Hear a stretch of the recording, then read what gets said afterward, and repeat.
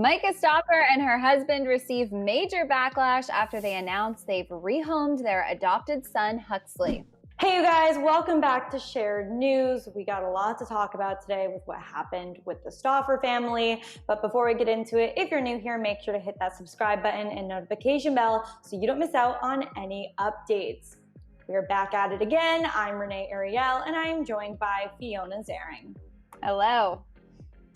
Okay, so let's just get into it. Basically, the YouTuber Myka Stauffer posted a video with her husband Jim announcing that they've rehomed their son Huxley, who they adopted 2.5 years ago. In the video, they said that Huxley was struggling with many issues that they didn't want to get into. Numerous medical professionals have felt that he needed a different fit and that his medical needs, he needed more. Initially, when they adopted Huxley, they were told by the agency that Huxley had a brain tumor and had brain damage. Once Huxley came home, there was a lot more special needs that we weren't aware of and that we were not told. So over the past few years, Huxley's been in numerous therapies to try to help him with all of his needs. But in actuality, Myka revealed later that Huxley was diagnosed with having a stroke in utero, has level 3 autism, and a sensory processing disorder.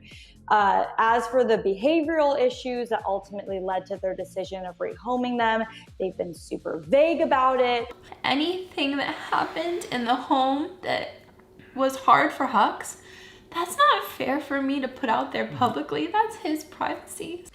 In the video, Myka said, quote, "There's not an ounce of our body that doesn't love Huxley with all of our being. There wasn't a minute that I didn't try our hardest." And I think what Jim is trying to say is that after multiple assessments, after multiple evaluations, numerous medical professionals have felt that he needed a different fit and that his medical needs, he needed more.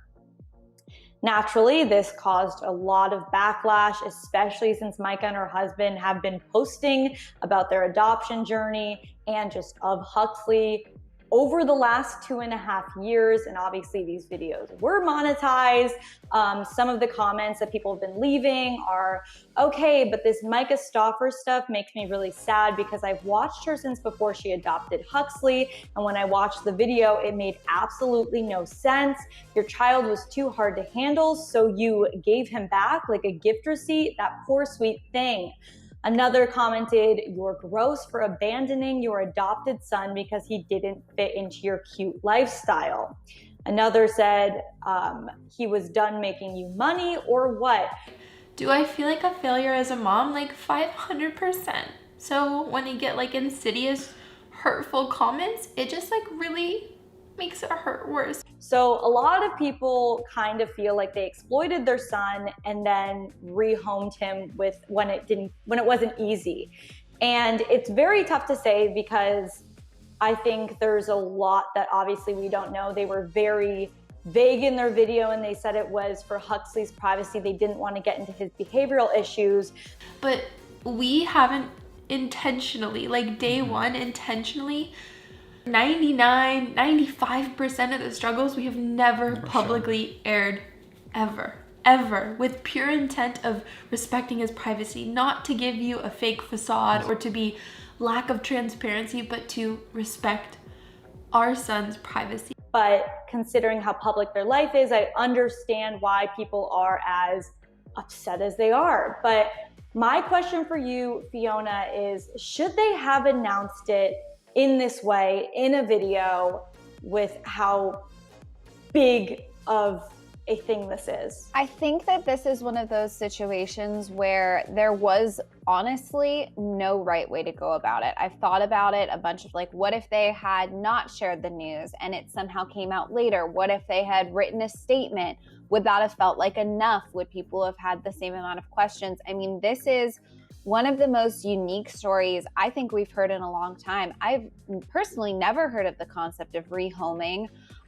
So I think that it's very natural that fans are looking for more answers. I mean, think about what happens when a celebrity couple breaks up, the amount of questions, the amount of details people feel like they're entitled to just because they're public figures. So I think that this is all in all, a very messy situation. Ultimately, this is a child and he's got to grow up and live a life in this world. So I can't even begin to and won't speculate on what these behavioral issues could have been.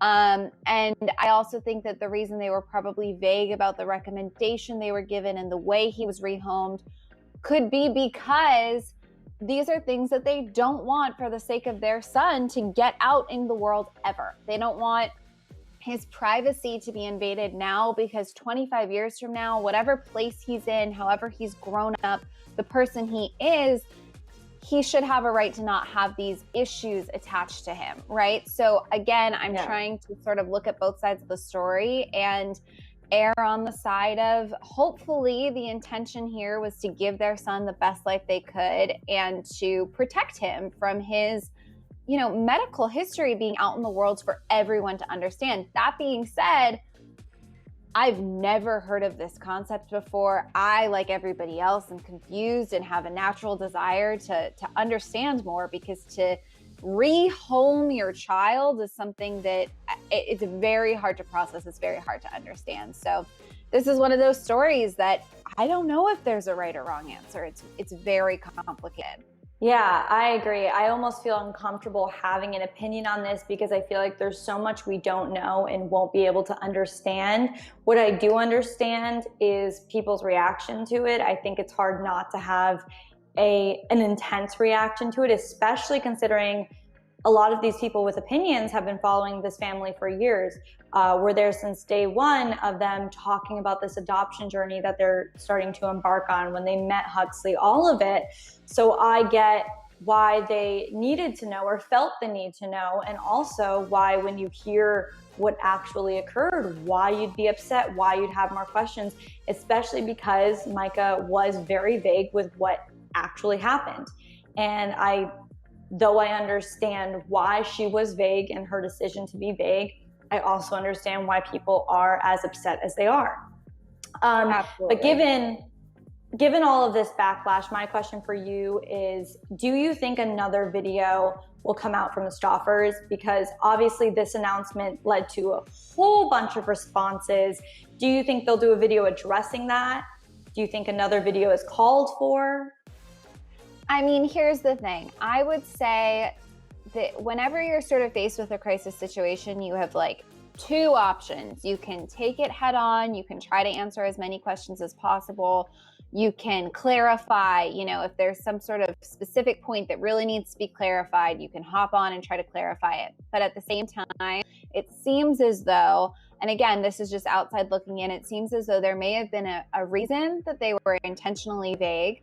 There may be certain points that they're never going to be willing to disclose. And ultimately, I think that if they were to make a secondary video and remain just as vague and keep these questions that people are dying to have answered unanswered, it's not going to do them any good, right? Because that's just going to create another reason for people to ask questions. And again, I couldn't agree more with you. I totally understand why this feels like a situation that you're like, hang on a second, we need more details. But if they're not going to give more details, I would say don't make a second video, right? Like, you just need to allow people time to ask their questions, process the fact that they're not going to be answered, and then slowly but surely move on from it. I mean, again, I've truly never even considered this concept. So if they're going to make a secondary video, hopefully they, while still protecting the privacy of their son, are able to hit on some of these huge questions that people obviously want answered. Yeah. Honestly, I think only time will tell, seeing how they move on from this, how they continue their YouTube careers from this. But my question for you guys watching is, would you like to see another video of them at least addressing the backlash in any way or responding to some comments? Or do you think they just need to move forward and kind of leave this behind them publicly? Let me know down in the comments below. And of course, if you want to keep up with us here at Shared News, make sure to hit that subscribe button and notification bell so you don't miss out on any updates. As for Fiona and myself, you can follow us individually. You can follow me at Renee Ariel on Instagram, TikTok, YouTube. And Fiona, where can they follow you? all of those same places at Fiona's Airing. All right, you guys, thank you so much for watching, and we'll see you back here next time.